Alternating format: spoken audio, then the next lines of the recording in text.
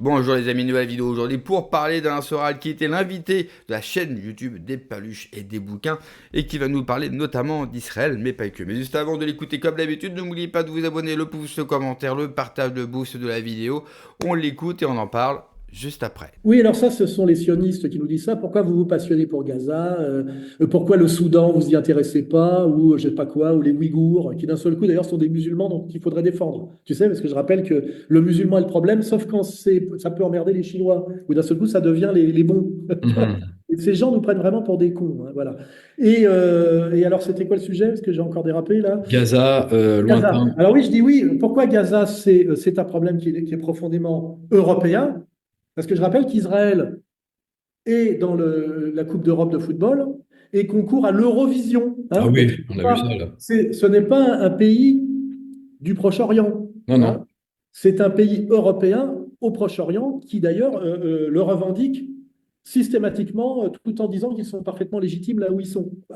Parce que soi-disant, il y aura un livre qu'ils ont écrit eux-mêmes, dont ils ont une interprétation d'ailleurs très spécifique et parcellaire, qui justifierait leur présence. Je rappelle effectivement que ce n'est pas un lointain conflit du Moyen-Orient. Israël existe à cause de la culpabilité et de la culpabilité shoatique et de Nuremberg. Sans ça, il n'y a pas de possibilité d'autre chose que d'un foyer juif en Palestine payé par les Rothschild, hein.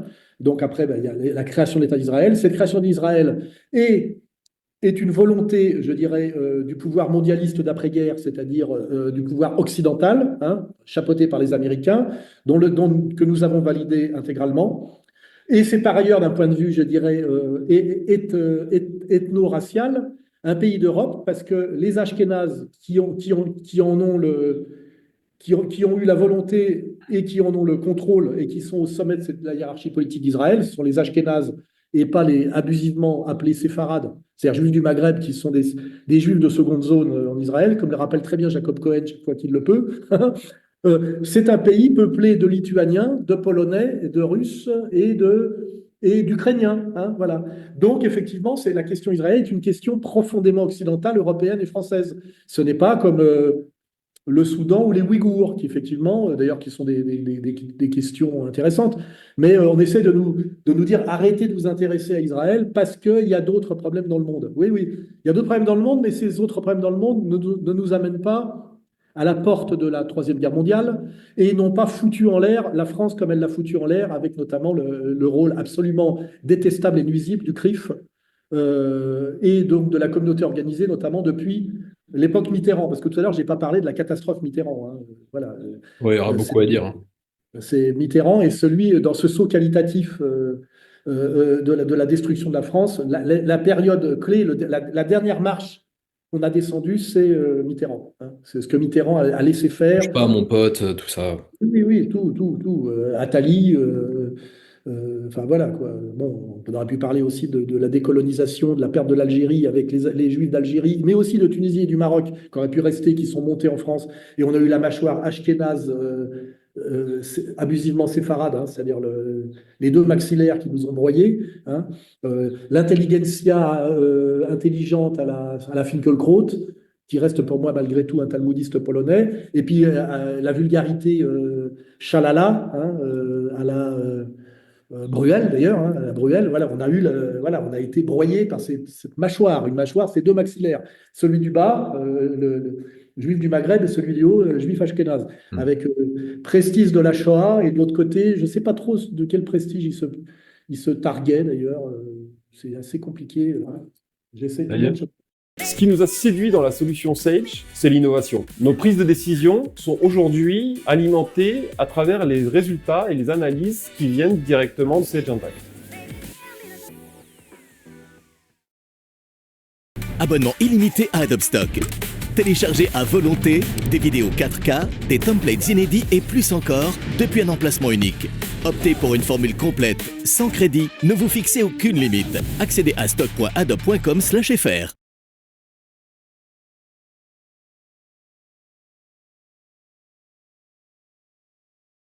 Bouge, je n'y arrive pas. Voilà, donc c'était quoi le sujet? bah, c'était Gaza, lointain, Gaza, lointain. oui, donc Gaza, c'est profondément une question occidentale, européenne, française qui nous impactent par tous les bouts, responsabilité, conséquences. Hein. Voilà. Tout ce qui se passe en ce moment dans les dysfonctionnements de l'Occident sont très très liés à la question de Gaza. Hein. Très bien. Donc H, donc humour interdit. Humour interdit, Dieudonné, quoi. On voit très bien. Voilà. C'était le plus drôle. Alors, pareil, le meilleur philosophe, il est antisémite, le meilleur juriste, il est antisémite, le meilleur écrivain antisémite, et le meilleur comique, il est antisémite. Hein. C'est dommage qu'un comique aussi doué soit par ailleurs tombé dans l'antisémitisme. Tu sais, l'œuvre, tu sais, et le salaud est par ailleurs génial. Voilà. Ce que j'ai dit tout à l'heure pour Carl Schmitt, ce que j'ai dit tout à l'heure pour Heidegger, ce que j'ai dit tout à l'heure pour Céline, vaut au niveau de ce qu'on appelle un comique pour Dieudonné. Dieudonné est le plus grand comique français de l'histoire des comiques. Il est bien au-dessus d'ailleurs de Coluche, qui a eu la chance de mourir très jeune. Voilà, Dieudonné est bien au-dessus. Et d'ailleurs, il est allé beaucoup plus loin dans le comique qui a à voir avec la prise de risque. Hein.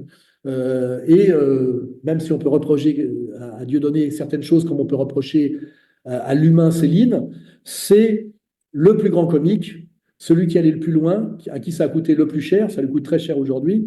Et comme par hasard, il est affublé du qualificatif infamant d'antisémitisme par les mêmes qui pratiquent ce double standard parfaitement diabolique, les plus racistes de tous qui prétendent expliquer ce que c'est que l'antiracisme, hein, etc., etc. Comme d'habitude. I comme idéologie de mort et LGBT. Oui, alors ça, c'est comprendre bien que le LGBTisme, qui est une conséquence du féminisme et de ce que j'appelle l'égalitarisme fou et de la dérive sociétale de la gauche pour cacher sa trahison du social, tout ça, c'est l'œuvre de Soral d'avoir expliqué cette pente et de cette autodestruction de la gauche par dont la dynamique est la malhonnêteté sociale, tu vois.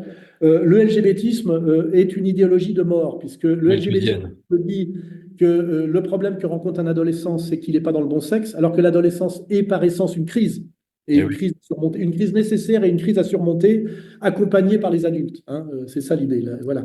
Alors le LGBTisme qui dit qu'un garçon est malheureux parce qu'il devrait être une fille, et qu'une fille est malheureuse parce qu'elle devrait être un garçon, c'est en réalité une double stérilisation. Hein, puisque un homme transgenre ne sera jamais une femme, c'est-à-dire que c'est un homme qui ne peut plus procréer et de l'autre côté une femme qui ne pourra plus enfanter, c'est-à-dire que c'est une double stérilisation qui touche majoritairement le monde blanc civilisé occidental, le pire étant la Suisse qui est quand même au sommet de la richesse occidentale et qui serait au sommet de la civilisation occidentale, et le pays que j'ai payé pour voir, le plus LGBT que j'ai jamais vu.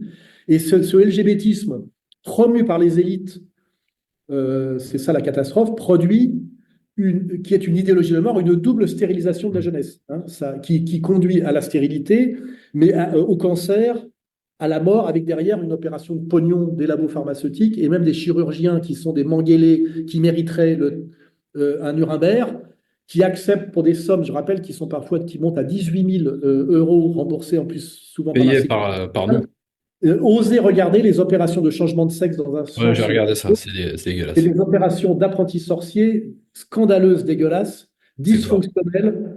Le LGBTisme aboutira, je l'ai dit un jour, à des procès retentissants où des gens qui ont accepté de changer de sexe poursuivront ceux qui les ont poussés, accompagnés, et ça sera un procès encore plus grave que celui de la taïmonide ou du distilbène, qui sont des sujets que j'ai bien étudiés aussi, où il faudra que le monde de la médecine au sens large avec psychologie, psychiatrie, soit mis au banc des accusés et subisse un Nuremberg où il faudra qu'il y ait des peines d'une très très grande gravité, hein, parce que c'est scandaleux. Je suis entièrement d'accord avec Alain Soral. Par contre, c'est très étrange que le LGBTisme, que l'immigration, le vivre ensemble, le métissage, le porno, sont tous issus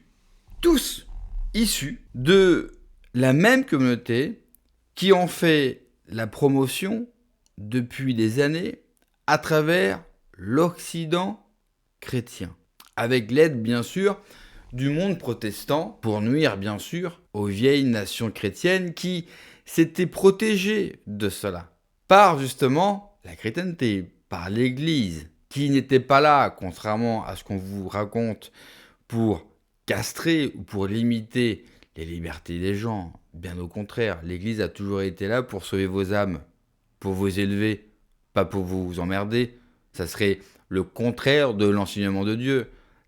Ça n'a aucun sens. Mais parce que l'Église avait compris que quand vous faites la promotion d'idéologie qui nuit, détruit, efface ce que vous êtes, c'est-à-dire votre identité, votre sexe, ce qui représente la continuité d'une nation à travers le temps, eh bien, vous disparaissez. Et l'Église, qui a toujours œuvré pour l'éternité, pour le salut de votre âme, pour le paradis, donc pour l'immortalité, a effectivement tout fait pour que cela n'existe plus. Alors il fallait abattre l'Église, bien sûr. Et pour abattre l'Église, il leur fallait deux choses.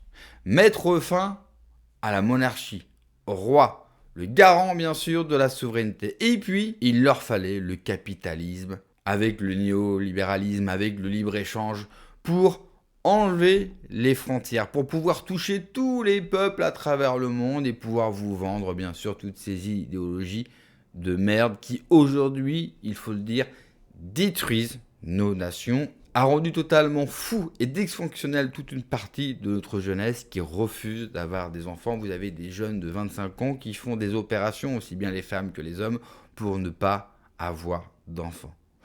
Nous sommes la première génération à s'auto-suicider. Souvenez-vous d'une chose, une civilisation, elle ne disparaît pas par une menace extérieure, elle disparaît toujours par une menace intérieure. Merci d'avoir regardé la vidéo les amis, n'oubliez pas comme d'habitude de vous abonner, le pouce, le commentaire, le partage, le boost de la vidéo, prenez soin de vous, que Dieu vous protège, allez ciao.